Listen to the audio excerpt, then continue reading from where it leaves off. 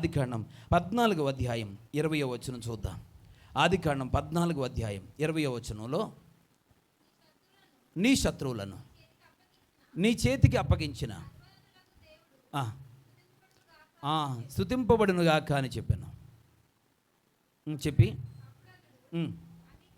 అన్నిటిలోనూ ఇతనికి 10వ వంతు ఇచ్చాను. దేవునికి స్తోత్రం. పిల్లరా, ఇక్కడ అబ్రహాము యాజకుడైనటువంటి మెల్కీషెదకుతో మాట్లాడుతున్నప్పుడు అబ్రహాము తనకున్నటువంటి యావత్ అంతలో ప్రతి దాంట్లో కూడా దేవుడికి ఏమి ఇచ్చాడంట? 10వ వంతు దేవుడికి ఇచ్చాడంట. హల్లెలూయా.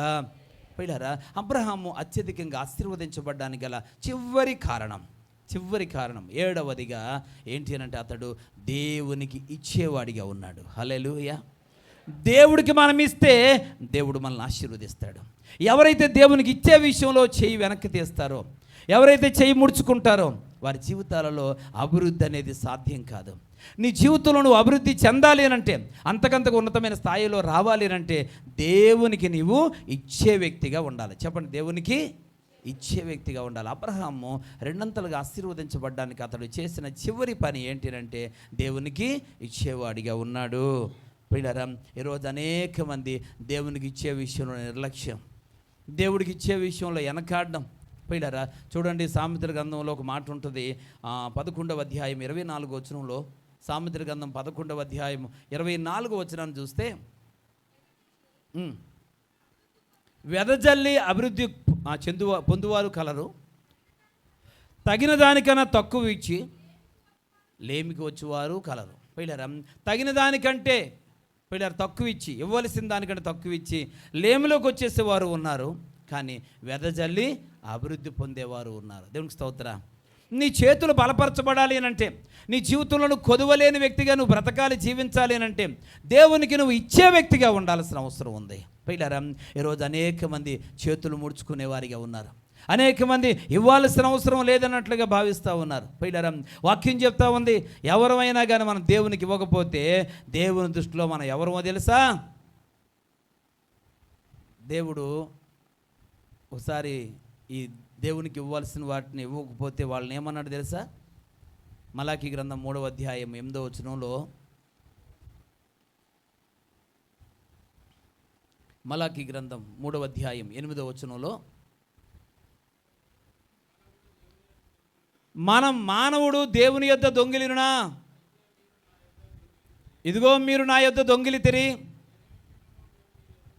దేని విషయంలో మీ యొద్ద మేము దొంగిలితమని మీరందరూ 10వ భాగమును ప్రతిష్ఠితార్పణలను మీరు దొంగిలించారు, మీరు దొంగలు అంటున్నాడు. దేవునికి స్తోత్రం. ఏమండి, ఎవరన్నా మనం దొంగలు అంటే ఒప్పుకుంటామా? చెప్పండి. మీరు దొంగలు అంటే వెంటనే మనం చాలా కోపం వచ్చేద్ది మనకి. నేను ఎక్కడ దొంగతనం చేశానో చూపించకపోతే ఇప్పుడు ఊరుకునే పని లేదంటాం మనం. ఇప్పుడు దేవుడు అంటున్నాడు కదా, ఈ సాయంత్రం చాలా స్పష్టంగా చెప్తున్నాడు, మీరు ఎవరు చెప్పాలా? దొంగలంట. దేవునికి స్తోత్ర. హల్లెలూయా. దొంగలుగా అంటే ఏ విషయంలో మీరు దొంగిలితమి, మేము ఏ విషయంలో దొంగలం మేము అని మీరు అంటారు. అక్కడ ఏమన్నాడు? దేవునికి 10వ భాగం ఇచ్చుటలో, ప్రతిష్ఠిత అర్పణలు దేవుడికి ఇవ్వడంలో మీరెవరు? దొంగలు, కొందరు గజ దొంగలు. దేవునికి స్తోత్రం. హల్లెలూయా. కానుకలు ఇస్తారు కానీ దశమ భాగాలు ఎవరు? 10వ భాగము దేవుని మందిరానికి తీసుకొని రావాలా? పిల్లరా, ఈరోజు దేవుని పిల్లలమైన మనందరం కూడా ఆశీర్వదించబడ్డానికి, అత్యధికముగా మనం దీవించబడాలి అని అంటే, అబ్రహాము చేసినటువంటి 7వ పని ఏంటంటే, తనకున్న యావదొంతులో దేవునికి 10వ భాగాన్ని ఇచ్చాడు. ప్రతిష్ఠిత అర్పణలు దేవుడికి ఇవ్వాలా? హల్లెలూయా. అంటే దేవునికి ఇవ్వడం ద్వారా మనం సమృద్ధి పొందుకుంటాం, ఆశీర్వదించబడతాం, పిల్లలు అత్యధికంగా దీవించబడతాం. ఈనాటి దినాలు అనేక మంది, గతించిన దినాల్లో కొందరు ఇవ్వగలిగిన వారు, ఇచ్చే అలవాటు ఉన్నవారు కూడా రాను కాలక్రమేణా మరి ఏ ఆత్మ వాళ్ళలో పనిచేస్తుందో తెలియదు కానీ లేక ఏ మనుషులు వారికి సలహా సూచనలు ఇస్తున్నారో తెలియదు, కానీ ఏ భ్రమలలో వారు ఉంటున్నారో తెలియదు, కానీ అనేక మంది దేవుని యొక్క భాగమును దొంగిలించే వారిగా ఉంటున్నారు. దేవుని బిడ్డలారా, నేను ప్రత్యేకంగా మీకు చెప్తున్న మాట, మీరు అభివృద్ధి చెందడానికి ఒక ప్రాముఖ్యమైనటువంటి అంశము నువ్వు దేవునికి ఇవ్వటం. హల్లెలూయా. నువ్వు దేవునికి ఇచ్చే వ్యక్తిగా ఉండాలి. నీ చేతులు దేవుని కొరకు చాచే చేతులుగా ఉండాలి. దేవుడు నిన్ను సమృద్ధితో నింపి ఆశీర్వదిస్తాడు. ఇక వాక్యాన్ని నిర్లక్ష్యం చేయొద్దు, కాలక్షేపం చేయొద్దు, కాలయాపన చేయొద్దు, ఇంకా వాయిదాలు వేయొద్దు. దేవుడు మాట్లాడుతున్నప్పుడే ఈ అంత్యకాల దినాలలో మనం ఆశీర్వదించబడి అనేకులకు ఆశీర్వాదకరంగా ఉండాల్సిన అవసరం ఉంది. ఈ లోకంలో మనందరినీ చూసేటువంటి అన్యజనుల దృష్టిలో ఈరోజు హేయమైన వ్యక్తిగా నువ్వు కనబడతా ఉన్నావు, దీనమైన వ్యక్తిగా కనబడతా ఉన్నావు, ఒక వ్యాధిగ్రస్తురాలుగా, ఒక రోగిగా నువ్వు కనబడతా ఉన్నావు. ప్రియ సహోదరి సహోదరుడా, అనుకునే దీనస్థితిలోనే ఉంటా ఉన్నావు. చూసే అన్య జనాంగం నిన్ను చూసినప్పుడు దేవుడిని నిన్ను చూడలేకపోతా ఉన్నారు. నీలో దేవుడు ఆశీర్వాదాన్ని చూడలేకపోతున్నారు. పరోక్షంగా నువ్వు దేవుడిని అవమానపరుస్తూ ఉన్నావు. నీలో దీవెన కనబడకపోవడంతో, పిల్లలు నువ్వు తట్టుకునే సామర్థ్యము శక్తి నీలో లేకపోవడంతో నువ్వు దేవుడిని పరోక్షంగా అవమానపరుస్తున్నావు. కనుక దేవుడు నిన్ను నన్ను అవమానపరచడానికి కాదు ఎన్నుకున్నది, ఆయన నామాన్ని మహిమపరచడానికి. దేవునికి స్తోత్రం. నువ్వు దీవించబడితే అనేకులకు ఆశీర్వాదకరంగా ఉంటావు, అనేక మార్గదర్శకులుగా ఉంటావు, అనేక మందికి సాక్షిగా నువ్వు కనబడతా ఉంటావు. నిన్ను చూసిన వారు అనేక మంది, దేవుడు వీరిని ఆశీర్వదించాడు, నన్ను ఆశీర్వదిస్తాడు, దేవుడు వారిని ఆశీర్వదించాడు, నిన్ను ఆశీర్వదిస్తాడు చెప్పడానికి సరిపోతాం. పిల్లరా, ఒక సాక్ష్యం మన దగ్గర ఉంటుంది. నీ బ్రతికే బాగోకపోతే ఎన్ని సంవత్సరాలైనా వాక్యాలు వింటున్నావు, ఈ చెవితో వింటున్నావు, విడిచిపెడతా ఉన్నావు, ఏమాత్రం నిరుపయోగం చేసుకుంటున్నావు. నీ జీవితంలో ఆశీర్వాదం ఎక్కడ వస్తుంది? ఆశీర్వాదం లేకపోతే నువ్వు ఎవరికి సాక్ష్యం చెప్తావు? నీ సాక్ష్యం ఎప్పుడు కూడా ఒకటే సాక్ష్యం, ఒంటికాడ బాగోలేదు, ఇంటికాడ బాగోలేదు, ఒంటికాడ బాగోలేదు చెప్పండారా. బతికే కాలం అంతా ఇదే సాక్ష్యమా? పోయినారా, నా ఒంటికాడ బాగోలేదు, నా ఇంటికాడ బాగోలేదు. పోయినారా, ఎప్పుడు నీ ఒంటికాడ ఇంటికాడ చెప్పండి, బాగోదు. ఎప్పుడు బాగుంటుంది? మోకాళ్ళు వేసి దేవుని బడి ఎడితే బాగుంటుంది. దేవునికి స్తోత్రం. నోరిచ్చుకొని మనుషులు బడి ఎడితే నీ బతుకు ఎలా బాగుపడుతుంది? ఆరోగ్యం ఎలా కుదిరిపడుతుంది? ఆశీర్వాదం ఎక్కడి నుంచి వస్తుంది? పోయిలారా, నువ్వు వెళ్ళవలసిన మార్గంలో వెళ్ళడం లేదు. అందుకే నీ జీవితంలో కొన్ని కష్టాలు తీరడం లేదు, కొన్ని శ్రమల నుంచి బయటికి రాలేకపోతా ఉన్నావు. పోయిలారా, ఈరోజు ఎవ్వరికీ లేని బాధ కొందరికే ఉంటుందండి.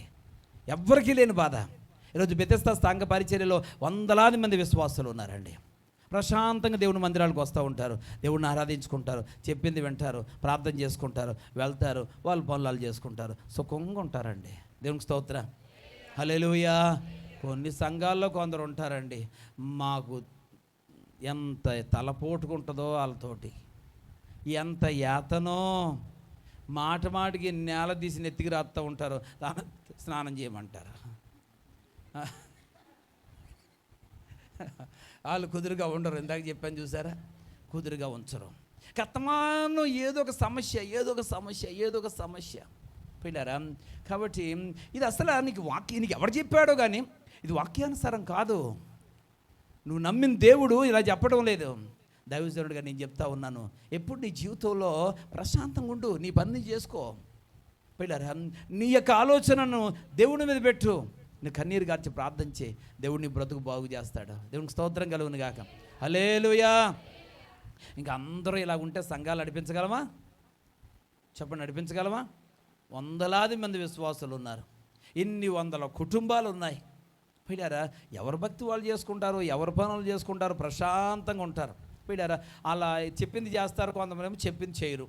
మళ్ళీ దేవుడు ఏదో ఒక రోజు మాట్లాడుతూ ఉంటాడు. కాబట్టి వాళ్ళ కోసం ప్రార్థన చేస్తూ ఉంటాం, సింపుల్గా ప్రార్థన చేయించుకుంటారు, వెళ్ళిపోతూ ఉంటారు, ఎనఫ్. అంతేగాని వీళ్ళ గొడవ, వాళ్ళ గొడవ, ఇక్కడ తీసుకొచ్చి అక్కడ పెట్టడం, అక్కడ తీసుకొచ్చి ఇక్కడ పెట్టడం, అన్నీ తీసుకొచ్చి నెత్తి మీద పెట్టుకోవడం, మోయలేకపోతున్నానని ఆడడం. అన్నీ తీసుకొచ్చి నెత్తి మీద పెట్టుకుంటే ఎక్కడ మోయగలం మనం? దేవునికి స్తోత్రం కలుగును గాక. హల్లెలూయా, హల్లెలూయా.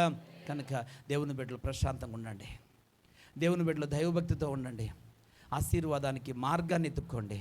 దేవుడు ఈరోజు మనందరికీ చెప్పాడు, నువ్వు అత్యధికంగా దీవించబడి ఈరోజు ఉన్న స్థితి నుంచి ఒక మంచి స్థాయికి రావాలంటే దేవుడు చూపించిన మార్గంలో నడుస్తూ అంతకంతకు వృద్ధిలోనికి వద్దాం. దైవాశీస్సులు మనం సొంతం చేసుకొని అనేకులకు ఆశీర్వాదకరంగా నిలిచి ఈ లోకంలో దేవుడు ఉన్నాడు, అది నన్ను ఆశీర్వదించాడు చూడండి అని అనేకులు సాక్ష్యం చెప్పే స్థితిలో మనల్ని దేవుడు ఉంచునుగాక. ఆమేన్.